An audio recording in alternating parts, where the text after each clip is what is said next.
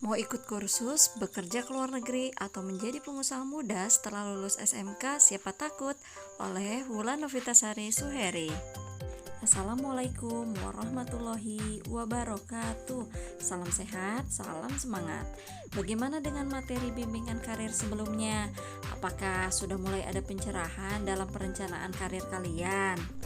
Materi sebelumnya yaitu pilihan-pilihan karir, seperti bekerja baik di dunia kerja maupun di dunia industri, melanjutkan studi ke perguruan tinggi, mengikuti pelatihan atau berwirausaha, kemudian giat menghadapi dunia kerja dengan mengetahui sumber lowongan kerja, membuat surat lamaran dan CV, kiat tes dan wawancara.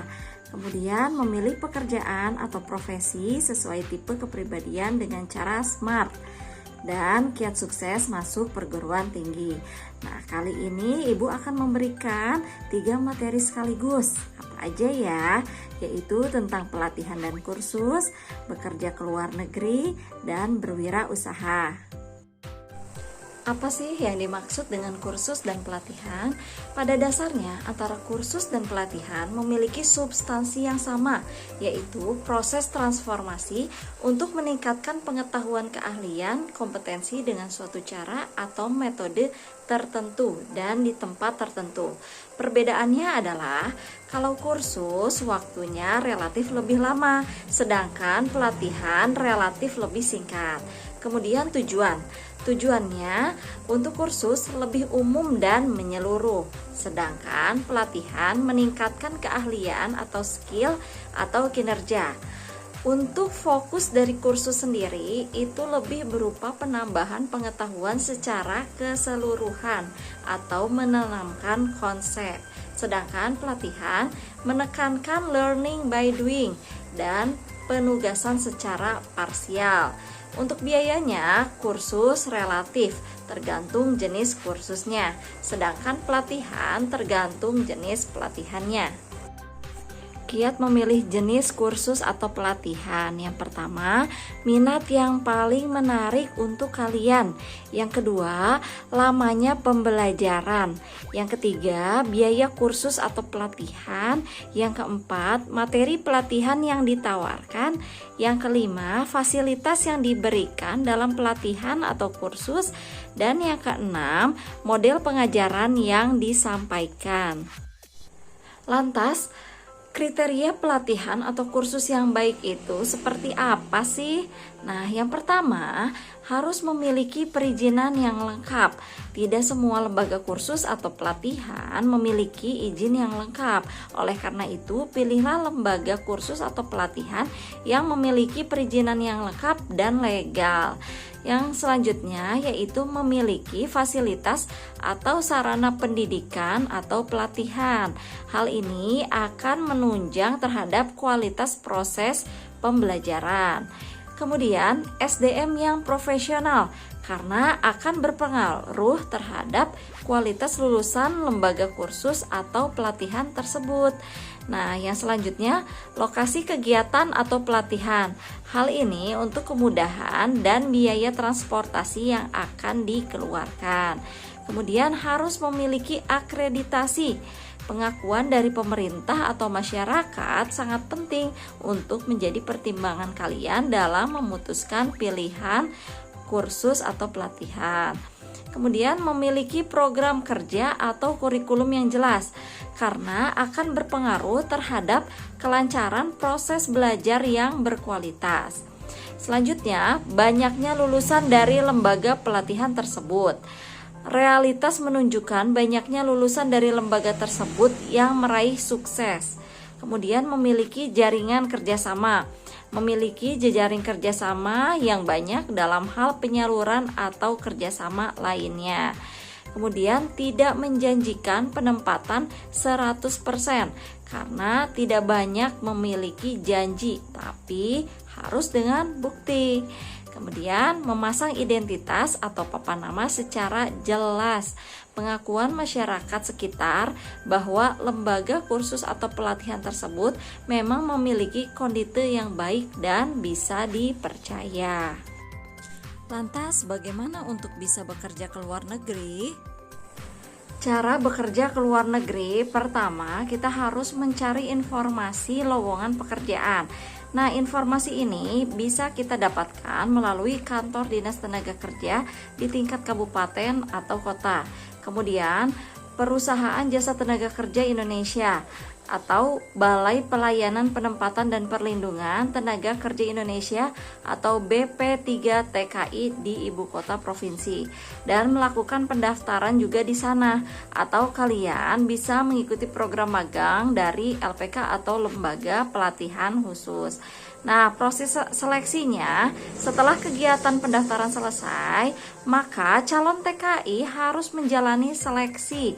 Materi seleksi adalah pertama, seleksi administrasi. Ini yang menyangkut keabsahan dan kelengkapan semua dokumen yang berkaitan dengan persyaratan untuk bekerja di luar negeri. Kemudian, tes keterampilan sesuai dengan keterampilan khusus yang dimiliki oleh masing-masing calon TKI. Kemudian, tes kesehatan dari dokter yang ditunjuk. Kemudian, mengikuti pelatihan agar kemampuan dan keterampilan calon TKI sesuai dengan persyaratan yang diminta oleh pengguna di luar negeri.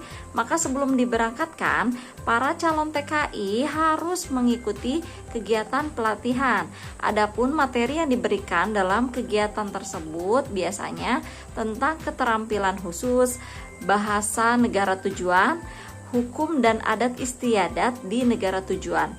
Jangka waktu pelatihannya bisa di 23 sampai 90 hari tergantung jenis pekerjaan dan negara tujuan.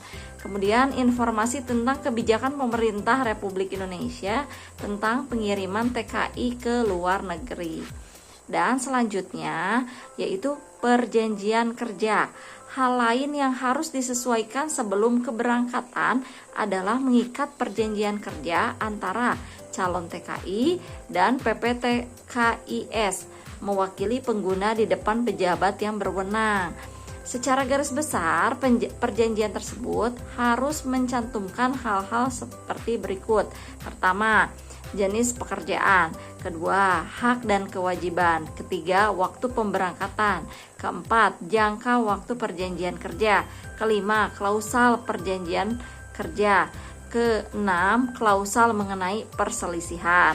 Dan selanjutnya, persiapan keberangkatan. Adapun dokumen yang dimaksud adalah paspor, visa, tiket rekomendasi bebas fiskal, kemudian asuransi untuk perlindungan terhadap kecelakaan, sakit, dan kematian, dan tabungan. Ini untuk keperluan menabung dan mengirim uang ke Indonesia. Nah, keuntungan bekerja di luar negeri yaitu menguasai bahasa asing, saving uang gaji, bekerja sambil holiday gratis, kemudian memiliki network yang luas, dan memahami budaya dari negara lain. Bagi yang berminat untuk berwirausaha, kita harus mengenal dulu jenis-jenis usaha. Yang pertama yaitu usaha perdagangan produk primer.